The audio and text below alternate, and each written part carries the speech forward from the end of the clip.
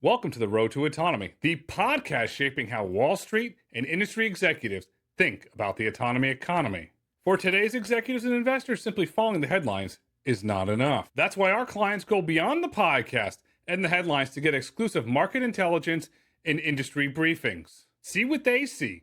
Visit roadtoautonomy.com. That's roadtoautonomy.com. Varun, it's great to have you here. I'm super excited to have a policy conversation. It's one of my favorite topics. And over the last, 5 years, 6 years, 7 years, policy for autonomous vehicle trucks has gone forward, it's gone backwards, it even went into neutral and it's kind of paused. So today, September 2025, what is the outlook for autonomous vehicle policy on the Hill? Well, first, thanks so much for having me, Grayson. I'm a big fan of the podcast. I think you're doing great things for the folks in autonomy, and I'd love to share a little about what's going on.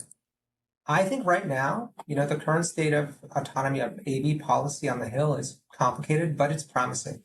The next year is going to be a really big year. The next 15 months are very important for legislation, for regulation, and for addressing some other legal issues. So right now, the federal framework that has governed motor vehicle design, construction, and performance, called the Safety Act, is still in place. And what that means, and I think many of your listeners who've been longtime listeners know, that motor vehicles have to comply with the federal motor vehicle safety standards. And those establish some performance-based minimum safety requirements. And that's why there are so few accidents on the road these days. And manufacturers have to self-certify. There's a whole process for that called homologation, but the FMVSS are outdated. Right? So they're not designed with ADS in mind. And there have to be some big changes to address those. Right now, the administration has been taking a number of steps to start to address and incorporate ADS into the motor vehicle ecosystem. Why don't I go over some of those actions that the administration has been taking, which I think are really impressive, and then I'll get into some of the bills that are on the Hill. And the first thing I'll note is that Jonathan Morrison was recently confirmed.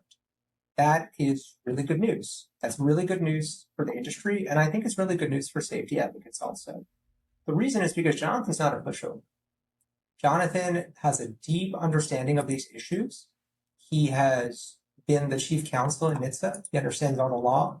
He's worked at Apple, so he understands what life is like for a company that is in the tech space. And he cares deeply about these issues. And what that means is that you're going to have someone who, at the end of the day, you can trust his judgment. He will work with industry, he will work with state and local governments, he will work with key stakeholders to help advance autonomy in a thoughtful. That is really excellent news, and I think we have to commend the administration for prioritizing his confirmation. So, what has the administration done so far? And Grayson, feel free to stop me anytime if you have any questions. Happy to go on any tangents with you. So, what has the administration done so far? First, there is a standing general order on crash reporting. The administration streamlined that order. That is great. That's an easy win for the administration, and that's very helpful for AV companies. Next, the administration expanded the automated vehicle exemption program. That is for testing. And that previously applied only to imported vehicles. It's called Box 7. And that had always struck me, honestly, it struck me as odd. It should apply to domestic manufacturers as well. This administration has done that. And I think as an example, where the administration sort of put its money where its mouth was, I believe Zoox was approved under that program. Next, the administration said it's going to streamline Part 555. And that's another way to get a limited exemption. That exemption includes commercial activity. It's limited to 2,500 vehicles unless there's a hardship. But it is a way for folks to start testing the commercialization of their vehicles. And I think we just recently saw Zoox submit a Part 555 exemption as well. So the last thing is the administration has said that it's going to revise some federal motor vehicle safety standards and some federal motor carrier safety regulations for ADS. And those are related to driver or manual control requirements that really make no sense with ADS. That's what's going on with the administration. There are other security issues that I'm sure we can get to also, but if we're just talking about the motor vehicle, that's where the policy is these days. Like I said, it's complicated but promising. These rulemakings take time. they take agency resources, and they take someone dedicated at the top to really push it through. Jonathan Morrison is the right person for that. I'm very excited he's there. Now, what is going on in Congress? There is a lot that's going on in Congress. The thing to know, though, is that even though there may be 4, 5, 6 bills at any one time, the main idea of lots of these bills are pretty similar. And so why don't I just take you through the main idea of the bills, and then we can go through the what's the specific bill in the House, the specific bill in the Senate, and where they are. So the main ideas are about safety, cybersecurity, data reporting, preemption, and a few other things. On the safety side, what folks in the industry would like, and what makes a lot of sense, is some demonstration that the ADS is safe. That can come from a safety case, federal motor vehicle safety standard, or perhaps an independent requirement. Then the main idea here is that companies are developing a safety case as part of their self-certification process. That's what's required under the Safety Act. It's a self-certification.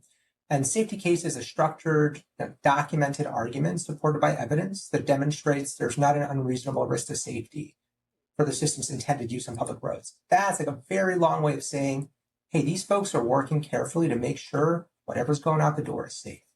And if you have a federal requirement compelling folks to do that from a process perspective, that's great. There's also in some of these bills a driver competency federal motor vehicle safety standard. And the idea there is, okay, there's a core set of behavioral things we want ADS to do. So we want various maneuvers. We've got to make sure that ADS can handle those, like responding to emergency vehicles, left-handed turns, addressing manual traffic flow controllers. If you just have some sort of construction zone in front of you, the ADS should be able to address that in a thoughtful way. ADS should also be able to detect and handle vulnerable road users, and the ADS should be able to achieve a minimal risk condition when appropriate, which basically means, hey, if it's something you can't handle, get out of the way and chill out. And that's sort of what we want for a driving competency FMVSS. On the cybersecurity side, manufacturers have to develop cybersecurity and privacy plans. And then with data reporting, there has to be some standardization. It is a challenge I've done it when I was in-house counsel at Neuro. I did it, but it is hard to think about every single regulator you have to report to, but in a slightly different way on slightly different timelines. And that is money. Shouldn't be spending that money on legal. You should be spending that money improving your autonomy system. If you have a standardized federal framework for data reporting, you will do that. Then the other big thing is preemption. So the design, construction, and performance of motor vehicles, that should be done on a federal level, because these large manufacturers, they cannot deal with 50 standards, and they won't. They just won't operate, and investors won't invest. So you need a federal preemptive framework. There's also updating outdated federal motor vehicle safety standards so that we remove things that just don't make sense with ADS, like manual controls or windshield wipers. Why do you have a windshield wiper when no one actually needs to see outside of the vehicle? Or why do you have rear view camera requirements, which I think is FMVSS 111? There's also some changes to the FMCSR to address the applicability of some operational requirements, like hours of service. That's not really necessary if you have an ADS operating a truck. There's also the expansion of testing authority. There's some 3 or 4 ways to test in the US these days, and you want to expand that to a broader pool of companies, including tech companies. And I think those are the big ones. Now, as far as what is going on, the House is a little more advanced than the Senate these days.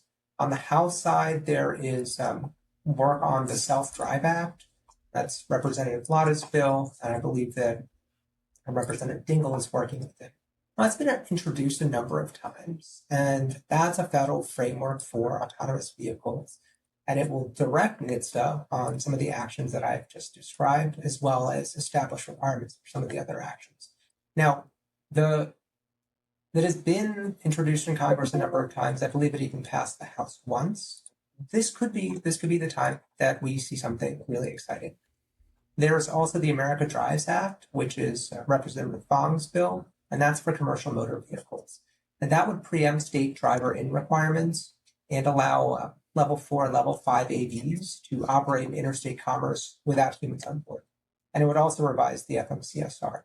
Now, those two bills, I'd say, are reasonably far along. We've heard good signs. We've heard good things from the House T&I committee that has jurisdiction over commercial motor vehicles, and from House Energy and Commerce that has jurisdiction over motor vehicle safety.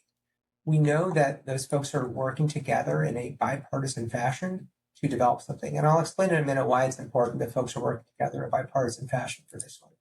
On the Senate side, Senator Lummis has introduced the Autonomous Vehicle Acceleration Act that would fix the outdated federal motor vehicle safety standards that I was talking about, and it would direct the Secretary of Transportation to develop a roadmap to deploy L4 and L5 autonomous vehicles. Now, as you can tell, that is a little less advanced than on the House side, but there's always good discussion between staffers on both sides and Congress people to find something workable. And then on the Senate side, now Majority Leader Thune had introduced the AV START bill. It's important that he's a supporter of this type of technology, and we're excited to see the progress. Now, I mentioned bipartisan because you're probably asking, well, Varun, okay, great. Each of these committees is going to develop this legislation, but how's it going to pass? How's the president going to sign this?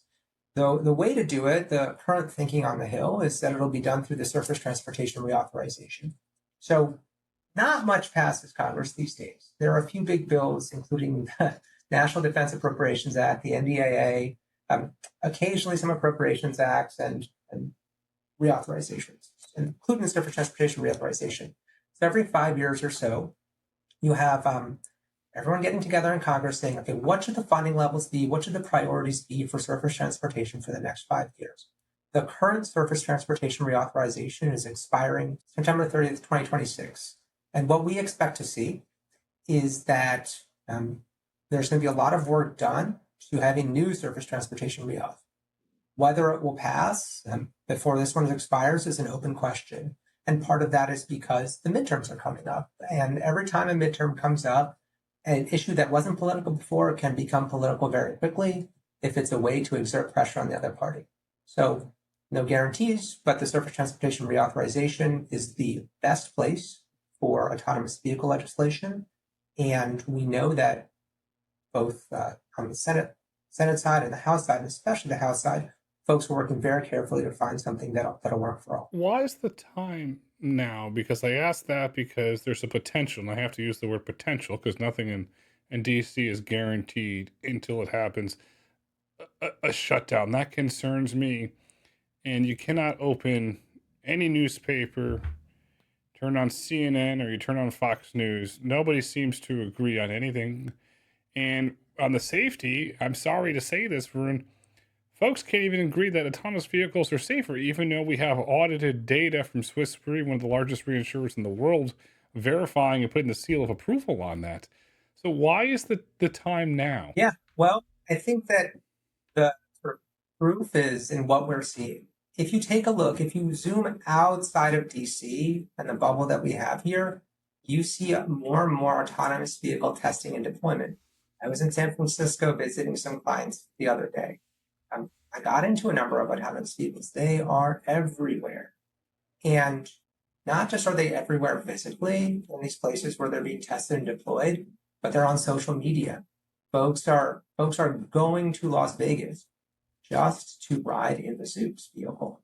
And what we see is that this broader recognition that autonomous vehicles are here and are here to stay is something that really animates politicians.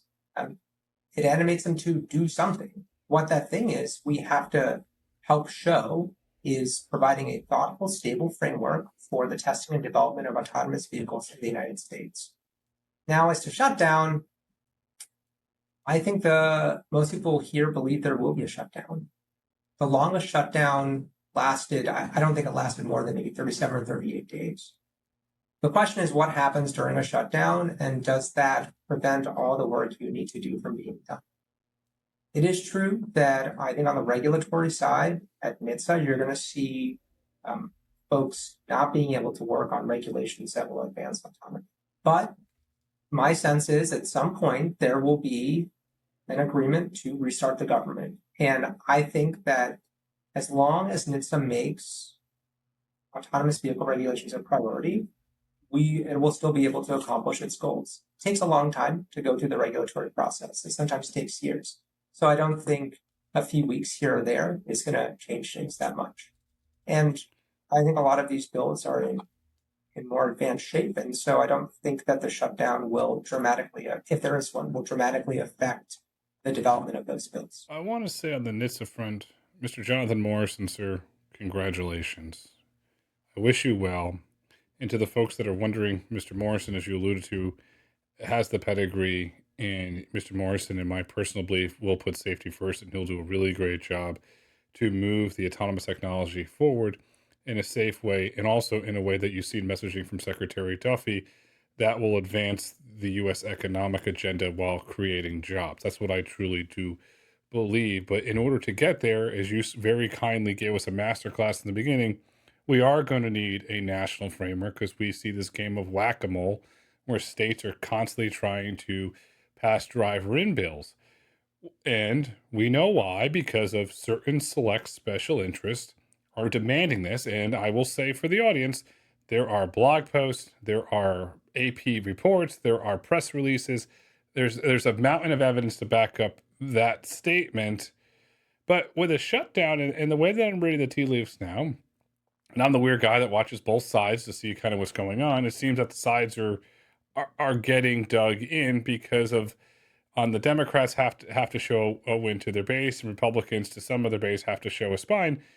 Does this make it harder and harder potentially to get a compromise, or is the coalition that President Trump have different than previous presidents? Because it is very, very different if you look at the coalition that he's built, that it is an opportunity to push this forward, because as the president says, he wants to make America great again. Well, as you and I both know, autonomy is going to make America great again, because it's going to create jobs. Yeah, I don't think that a shutdown will dramatically change the coalition for autonomy, and that's because these folks have already been working together for years, and their work has only increased. I also think folks recognize that there's some political brinksmanship with any sort of shutdown. So my sense is that won't actually change the calculus that much on a coalition. I hope I'm right. I very much hope I'm right. We've seen this with major bills. Give an example, the big, beautiful bill. The amount of inbound that Congress got from their constituents, either for it or against it, was a pretty large volume. Why have we never seen a letter writing campaign, a call your congressman campaign, say, listen, I need this technology. My mother-in-law can't drive, but this vehicle can take her there. She can go to the beauty parlor. She can go to the community center. She can go see her friends. She can go to the grocery store and have a life. Why are we not seeing this sort of inbound, or are we that it's happening? Because it just doesn't seem like it's bubbling up to the sense of attention from a national perspective. Yeah, I think that's a great point, Grayson. My sense is that it's much easier to see how some infrastructure dollars in the building of a bridge or a port or a highway will benefit you and your community than it currently is to see how autonomy will benefit you and your community. But I'll tell you, these autonomy systems are magical. They're getting better every day. I rode in one years ago when I was at Neuro. I rode in one a few weeks ago. And, I thought the Neuro one was very good. These are just unbelievable. And it's not only robotaxi, it's not only middle mile. The autonomy ecosystem has a ton of differentiation. You see it with glideways, you see it with beep, you see it with first and last mile delivery, you see it in the air, and you see it in the water. And so I think there is just so much in the space that can contribute to help people, but that has not been experienced yet. That is the real challenge. But I will say, I think you're seeing a change. I think you're seeing a change in public acceptance about autonomous vehicles operating. Here's why I think that. I'd love to get your perspective. I think your listeners also know there was an ADS accident recently. It was in Tempe, Arizona. It was horrible, but there has not been much reporting about this accident. And the question is, why? Why has there not been that much reporting about this? We've seen other autonomous or accidents with ADS and companies. And I think this might be a data point that autonomy is here to stay, that people accept it in their lives. It's just one data point, and I think the industry still has a lot of work to do. But I think it's appealing, and I think it really identifies the promise of autonomous vehicles, that folks like them. I know there's a lot of demand to try these autonomous vehicles, and I think there will be letter writing campaigns once people see their promise. Oh, you just have to get into one of the autonomous vehicles and try it yourself, and that means there has to be more testing and deployment in places that might not otherwise get it. You're right about the experience years ago, SAE did demo days trying to expose individuals to the technology, which raises the question, do you feel that it's almost the fear of the unknown where an individual hasn't experienced this and then, I'm sorry to say it this way because that's happened, they get influenced by the media, and I say influence. I have a lot of friends in the media, and going back years ago, I said, "Why are you writing all this negative stuff?" And I got the honest answer. And I can't tell you the outlet, and I can't tell you who, but I will tell you right now on the record for public consumption. He goes, ad dollars. I said, what do you mean? He goes, we get 10, 20, 30, sometimes 100x traffic when I write this, and we make so much money in ad dollars. The publisher says, keep writing that. That's sad. That's what's driving this that nobody's talking about. And I'm just saying it here bluntly, publicly. I think you're right. Fortunately, misfortune sells, and that's something that autonomous vehicles as an industry really face. I think that other industries have succeeded despite those headwinds. Let me just give you an example. When I was at Uber, we would see bad stories all the time about things that happened in rideshare. Well, if you're doing 1 million trips a day, and sure they're doing many more now, you're going to, on average, have a 1 in a million accident once a day. And that's going to be picked up by the local news. And then you're going to have engagement from politicians. You're going to have to address it. And what that means is, especially in spaces where there can be acute harms that are easily observed, you have to go on the offensive. You have to really demonstrate the value of these systems. And I actually think they have incredible value. They have value as far as safety. Now, everyone talks about 40,000 road deaths a year and reducing that. It's absolutely right. There are millions of accidents a year, right? Every accident, it's like you're not just affecting that one person. You're affecting everyone else on the road.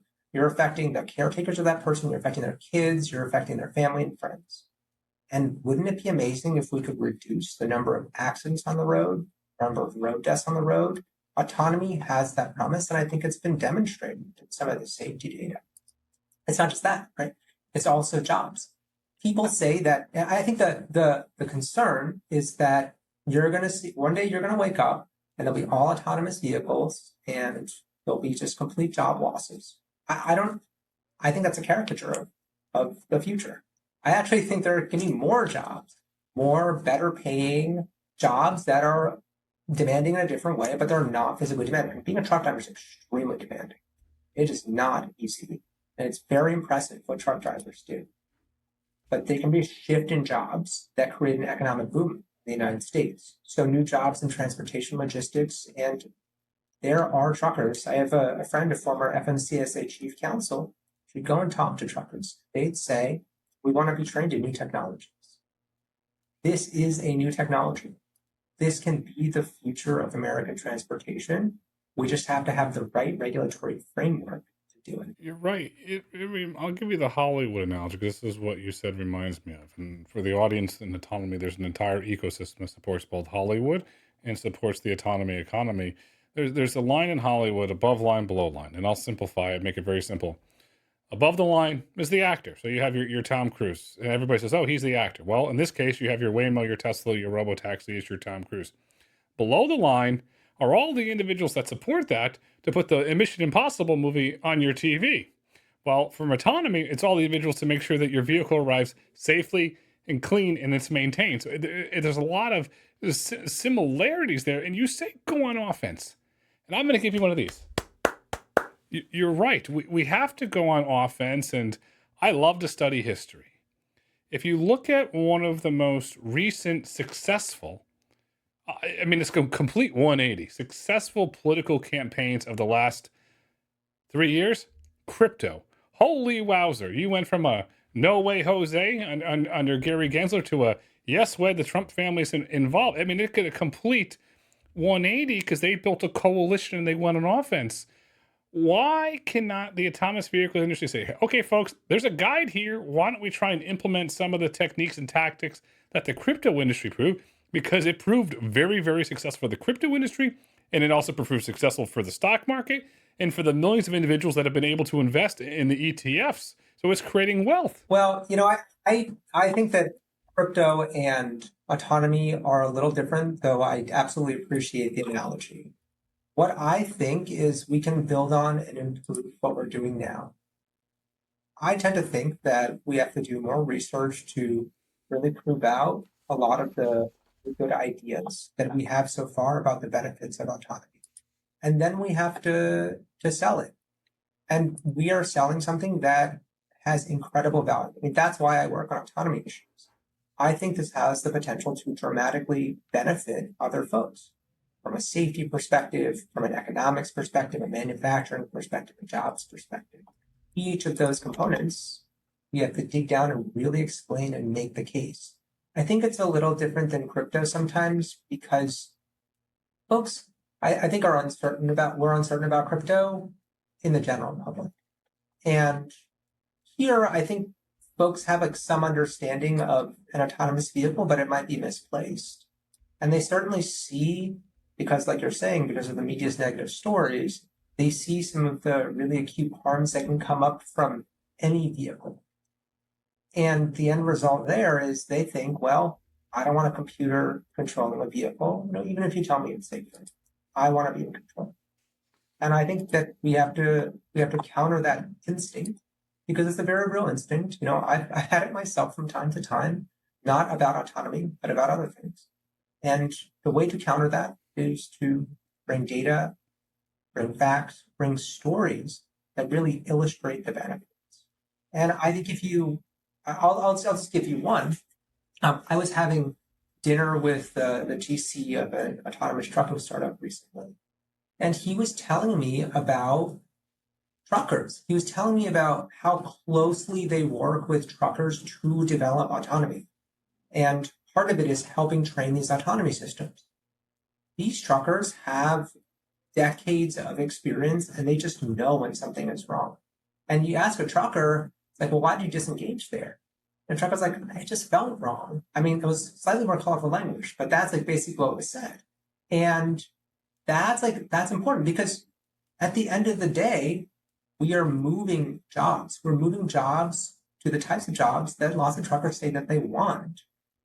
If you don't have middle mile trucking jobs, there's still first and last mile delivery jobs. And if middle mile trucking is more efficient, that means that you can grow the economic pie. You can have more of those first and last mile trucking jobs. You can have more transportation logistics jobs. You can have oversight over trucking operations. There are so many things that this boom can really create. Yes, it really comes down to messaging. If you go back 3 or 4 years ago, crypto's bad, and you had the institutions trying to block it. You had the banking scandals, and now we have reports out of Bloomberg this week. Vanguard is going to allow crypto to be held in custody. So they got over that hurdle, and they did a lot of it, in my opinion, because of messaging. And I think that this industry, autonomous vehicle industry, does a horrible job as it relates to messaging. So my whole big thing on this is that you have a president in the White House, President Donald J. Trump, that every chance the gentleman gets, jobs. He's out there constantly speaking about jobs, about bringing jobs back to America, creating manufacturing jobs. Why is the industry not pitching the White House on the job creation that both autonomous vehicles and autonomous trucks are going to do? And on the backside of that, why are we not publishing any health data about the positive health implications of autonomy? So you mentioned the middle mile, the long road, and those are some fantastic individuals, the million milers, the 2 million milers, 3 million milers, fantastic individuals. But then you have the individuals that don't really like it and they're aging out. And then on that, you have the diabetes issues. I learned about this. You have the vibration issues in the seats that start leading to all sort of long-term healthcare issues. Well, autonomy solves that. And that helps to reduce healthcare costs. So we're going to create jobs, we're going to reduce healthcare costs. Why is that messaging not going out there? Well, I think I'll disagree with you about what the industry's done in the past. But what I think we can absolutely say is there's more work to be done. We, as an industry, have to really promote and demonstrate the value. I think some of it is because the crypto industry, I know I think it's a little less fragmented and specialized when you're talking about that industry versus when you're talking about autonomy. I think in autonomy, there's just a ton of specialization and there are slightly different interests involved, right? Okay, so you have like robotaxi, you have middle mile trucking, first and last mile, you have platforms, you have software. I mean, I just mentioned five off the top of my head, and there are probably 25 more. And so it's not clear to me they always have the same interests. And I get it, right? If you're a traditional OEM, or even if you're a contract manufacturer, you might not have the precise interests that an AV startup has. And you're still a big player in the ecosystem. So I think the potential lack of consistent messaging might be because the industry has slightly different interests. Now, I will say there are, industry groups that really work to bring everybody together, bring everyone to the table, and have a say in what the future of autonomy should be. And I would encourage folks, get involved in those groups, help find the areas of compromise so we can speak with one voice as an industry. They have different interests, but they all have a common denominator at the end of the day. Everybody in this industry that I know and you know wants a national autonomous vehicle framework. Same way crypto wanted a framework. So at the end of the day, what is it going to take to get a national framework? What's going to win the votes to get it over the hurdle? Is it putting every member of Congress in an autonomous vehicle? Is it having the individual constituents go to DC to advocate for it? Is it all the above? What is it going to take? Because I asked that with the backdrop of, if America does not get a national autonomous vehicle framework, America will be at a strategic disadvantage to China. The same way that America is at a strategic disadvantage to China as it relates to electrification outside of Tesla. They control 90+% of the refining of minerals. They control the shipping lanes. They control the refining. Something has to give here, or unfortunately, I'm going to say it, history could end up repeating itself. Yeah, well, look, I think you're right. I think you're absolutely right. I don't think that Congress is a monolith, and I think that you have to tailor your message to each stakeholder. There are some folks on the Hill, and if they see a lot of constituent outreach about an issue, that really resonates with them. There are other folks who have long been champions of new technologies. I think you have to enlist them as champions inside Congress. I think they need to engage with other Congress people. I think you need former Congress people to engage. And then I think that you actually do have to get a lot of these folks into autonomous vehicles. Getting people into autonomous vehicles is very important because once you're in there, you realize how amazing an experience it is and how you feel safe. That's going to really, really affect how you vote.